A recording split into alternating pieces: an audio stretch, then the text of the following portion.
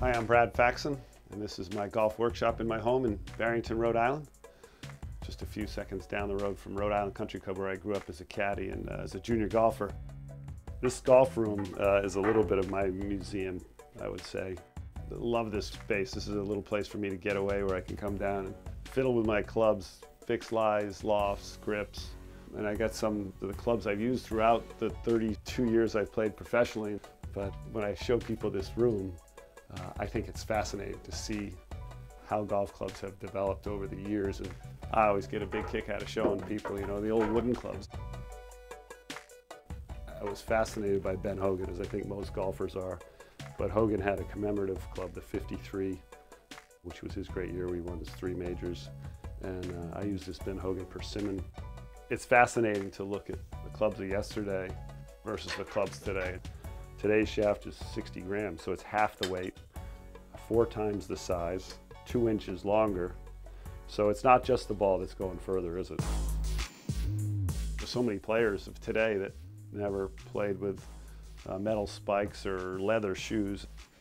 If you look up at the shoes I have in the top of my rack here, this black shoe that's very dusty and dirty is one of the old classics, leather sole, manufactured completely in the USA in Brockton, Mass.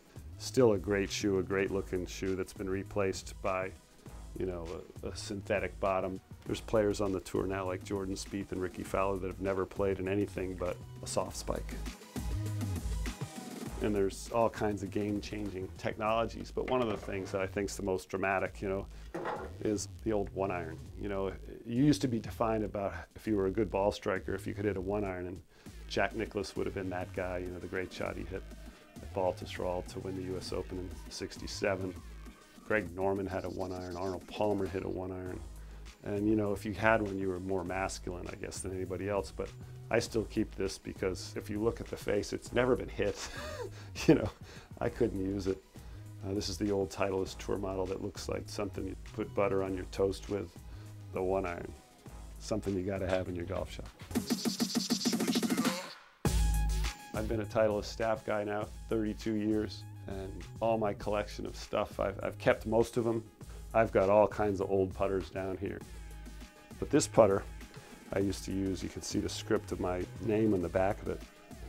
There's only one little spot where it really feels good, and I kind of think that I like to use this almost as like a teaching aid for players. You know, when they haven't putted on something with such a small sweet spot, if you can be consistent with this, you can be consistent with anything.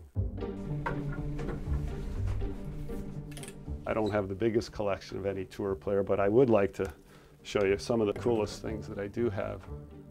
The collectors go crazy when they see things on a putter that might say prototype or Circle T. Yeah, I'm proud to be a Titleist guy, I'm proud to be a Scotty guy, but this collection is fun. I think everybody loves seeing any tour player's golf shop, but the putter stuff in here is something I like to show off the most.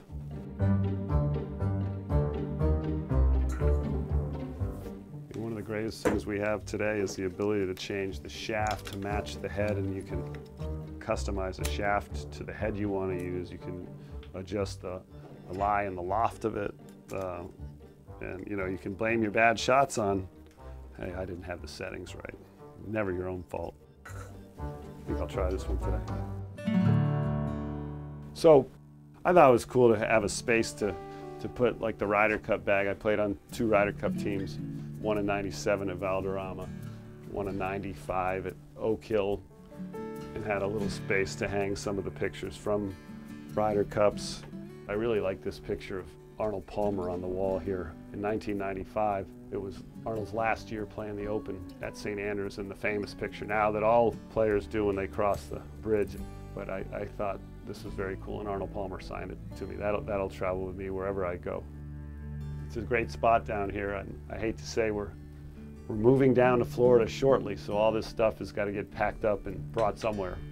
I don't know where it'll all hang, but this has been a great 10 years in this house and this workshop.